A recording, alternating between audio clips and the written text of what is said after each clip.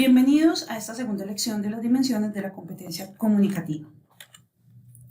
Abordaremos en esta ocasión la dimensión oral, la cual pretende comunicar oralmente de forma coherente y estructurada los conocimientos propios de su formación, adecuando el registro a la situación comunicativa. La oralidad cobra gran importancia en nuestro desempeño social y académico, dado que la mayor parte de las interacciones sociales que realizamos se hacen a través de la oralidad, y de acuerdo con las diversas situaciones y contextos de comunicación se deberán emplear los registros de habla correspondientes a fin de lograr una comunicación efectiva, eficiente y exitosa. Para la evaluación de la dimensión oral encontramos 5 criterios de desempeño: cohesión y coherencia, elementos paralingüísticos, situación comunicativa, interlocución y precisión lingüística. Se busca con estos criterios abarcar los aspectos más relevantes que se deben tener en cuenta al momento de comunicarnos oralmente. El criterio cohesión y coherencia da cuenta de las relaciones entre las partes que componen el discurso y el sentido o significados que se extraen de este. Cohesión y coherencia son aspectos que apuntan tanto a la forma como al contenido de lo que pretendemos comunicar. Tenemos aquí 2 ejemplos de cohesión y coherencia en el discurso. En el primero podemos darnos cuenta de las dificultades que resultan de un texto que carece de cohesión y coherencia y cómo en consecuencia se verá afectada la coherencia.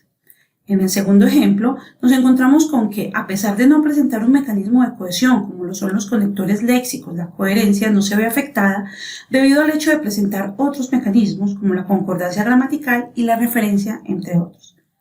También es importante destacar que el empleo de mecanismos de cohesión no necesariamente garantiza la coherencia del texto, pues será la suma de ambos en un adecuado equilibrio los que hacen que se logre la eficacia comunicativa.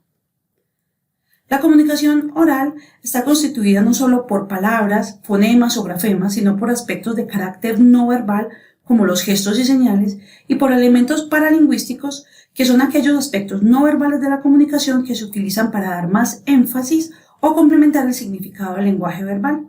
Entre ellos podemos mencionar la posición en que se coloca el cuerpo, la proximidad física, la ropa, el contacto ocular, volumen de la voz, entre otros. Por ejemplo, cuando estamos frente a un grupo de personas exponiendo un tema y observamos que alguien se mueve constantemente en su lugar y parece no estar cómodo, tenemos un elemento paralingüístico que nos indica que tal vez nuestro mensaje no está siendo bien recibido. Cuando un hijo hace un revés de ojos a alguna indicación de sus padres, podría ser una indicación de inconformidad por parte del hijo, o de rebeldía o falta de respeto. De esta manera, los elementos paralingüísticos nos dan indicaciones complementarias al mensaje que se está transmitiendo. Siempre que se realiza un acto comunicativo, este trae consigo una intención cualquiera que sea, desde la más noble hasta la más interesada. La intención está siempre presente.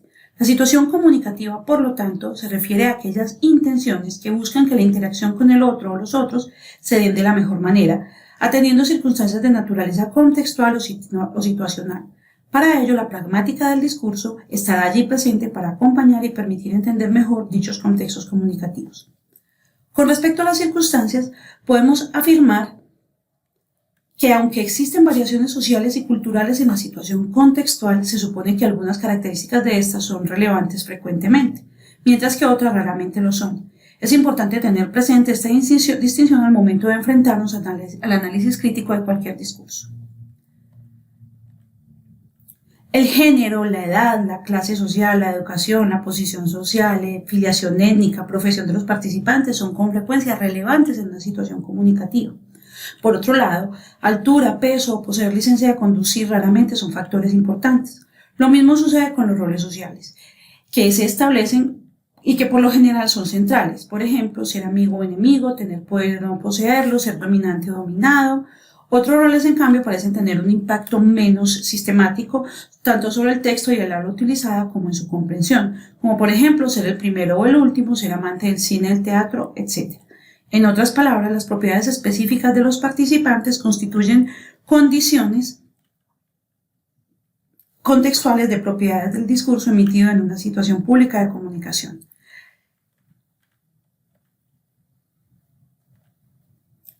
La interlocución supone el intercambio comunicativo desde el diálogo y la bidireccionalidad, así como desde un proceso argumentativo basado en la validez y la demostración y no en relaciones de poder coaccionantes. Gracias a la lengua y la escritura, por ejemplo, los individuos interactúan y entran en relación unos con otros con el fin de intercambiar significados, establecer acuerdos, sustentar puntos de vista, dirimir diferencias, relatar acontecimientos, describir objetos, entre otros. Las interacciones orales que realizamos diariamente demandan que nos adaptemos a distintos registros de habla. De este modo podemos reconocer variaciones que van desde las comunicaciones cotidianas espontáneas e informales con un propósito utilitario de convivencia hasta comunicaciones quizá más elaboradas en cuanto a su contenido y grado de planificación o formalidad. Por ejemplo, tenemos las conversaciones cotidianas entre amigos o miembros de una familia, entre colegas, en una reunión entre un jefe y sus subalternos. En los primeros casos, observamos el carácter más informal, la relación de naturaleza asimétrica donde los interlocutores participan en igualdad de condiciones. En el último, si bien la relación puede ser asimétrica y presenta un carácter formal, los participantes buscan el diálogo equilibrado y donde predomine la lógica y la argumentación basada en razones válidas. Finalmente, la precisión lingüística alude a la corrección de la lengua, la asociamos al dominio gramatical. Corresponde a la corrección de errores tanto en el registro oral como escrito. Toda palabra ofrece diversos significados en el lenguaje común que justifican una gran variedad de acepciones. Incluso se podría decir que ofrecer esta característica semántica constituye una riqueza lingüística del idioma. Sin embargo, esta particularidad no necesariamente es una cualidad propia y adecuada. Por ejemplo, en el caso de lenguajes especializados, debido a que estos requieren una mayor precisión lingüística que fundamente su contenido epistemológico y ontológico. El lenguaje especializado provee de conceptos que permiten interpretar correctamente el conocimiento disciplinario, al margen de lo que pueda decirse incluso desde el lenguaje común. Las terminologías son una necesidad en el conocimiento de una disciplina. Sin la identificación de palabras que le son determinantes para su estudio y comprensión, no sería posible aspirar a una comunicación uniforme en comunidades especializadas. Tomemos como ejemplo estos dos términos. En primer lugar, tenemos la palabra socavar. El acto de socavar o de realizar un socavamiento supone excavar algo sin que la excavación suponga la destrucción o alteración de ese objeto. Por ejemplo, se socava un terreno, se hace un hueco por debajo de la superficie sin que ésta desaparezca o se vea completamente alterada.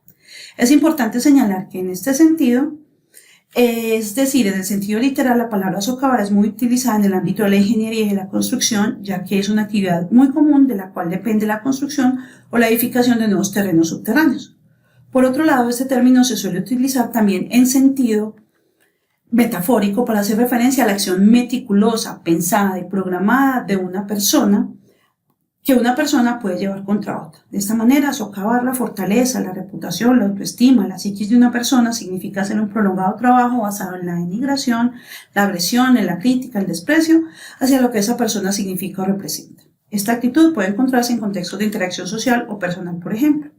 El otro término que tenemos como ejemplo es resiliencia.